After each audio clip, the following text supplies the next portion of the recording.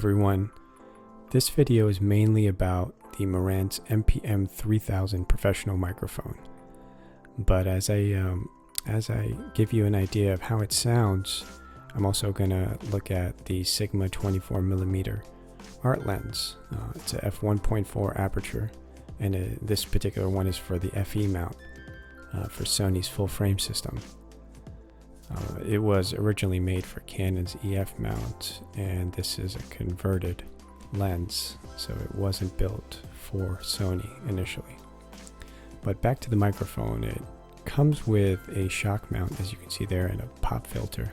Doesn't include the stand or the XLR cable, but it's really a fantastic deal. Well, at least it was for me, because the retail price was $199, so $200, and I was fortunate enough to spot one of B&H's daily deals, and I purchased it for about $39.99, so it was heavily discounted, probably because it was going to be discontinued, and it sold out in less than 2 hours. So this is the enclosure that it comes with. It's just pretty fancy. I don't know if I'd ever use it, but it's all metal. It comes with some paperwork and some extra screws in case you lose the ones that are attached to the microphone. But I don't, apart from maybe storing it before selling it, I don't think I'd ever use this, because if I did travel, I wouldn't take this. It's too big. So it's just a nice added value, nothing more. But this lens here, this Sigma art lens, is fantastic. I was in the market for a lens in the focal range of between 20 and 28 millimeters, a nice wide angle, not too wide, so that I don't have to deal with the distortion, but it's just wide enough.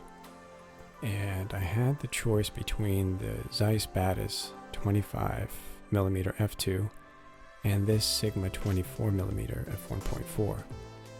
And I did go with the Zeiss Batis, but I'm showing you guys what the capabilities of the 24 are for video only. This is not a stills review. It's fantastic. It renders really nicely. Resolution of the Sony A7 III sensor is 24 megapixels, so it doesn't. You're not gonna get the test that you want if you're a full frame 40 megapixel still shooter. This is going to give you an idea of how it is for video on a same size sensor but a smaller megapixel count. So in the clip before, you just saw my kids playing in the snow, and I'm fairly new to Final Cut Pro, so excuse all the transitions and special effects. I'm still enjoying this phase. But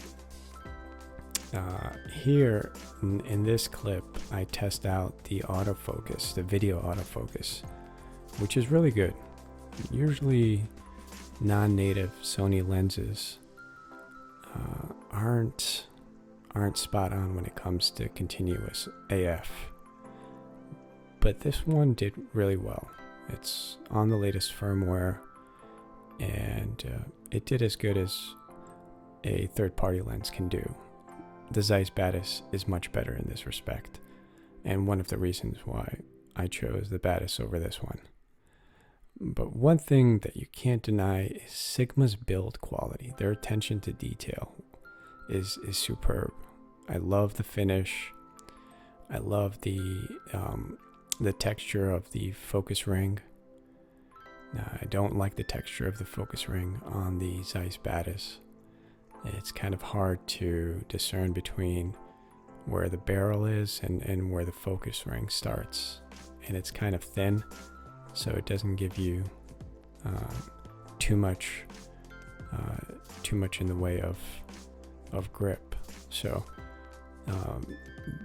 the focus ring on the Sigma isn't as smooth as others that I've tested in the past. I've had the 16 millimeter for the crop sensor body, and that one was really smooth, buttery smooth. It was a joy to use, and that's one of my favorite lenses. Unfortunately, it's a crop.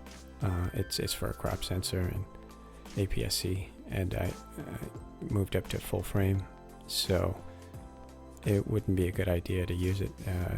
There is a crop mode on the A7 III, but you don't get the full potential of full frame. So in my opinion, it defeats the purpose of going full frame if I'm just going to switch it to crop mode. It has a 77 millimeter filter thread. There is a protective filter on there. It has no effect on the image. It's not a circular polarizer or an ND filter or anything of that nature. But to conclude the video, I just want to say that both options are great. Whether you go with the Sigma 24 or the Zeiss 25 millimeter, you're going to have a great lens for both stills and video. The review is not about the stills element of the lens, but I'm a still shooter as well, and I liked the images that I got from both lenses. But of course I like the Batis a little bit more. I love the color; it just pops. It has this Zeiss feel to it. I just can't describe it, but most that have shot with Zeiss lenses know what I'm talking about. Again, this video is not about the lens itself. It's about the MPM-3000 microphone. I'm talking into it, I'm doing the voiceover with it, and I just want you to get a good feel for how it sounds. And the lenses are just an added bonus. So if you guys have any questions, leave them down in the comments. I answer questions very quickly, within hours, sometimes minutes. And yeah, if there's anything else, just let me know in the comments. There's some info in the description, and hopefully I'll see you guys in the next video. Thanks for watching.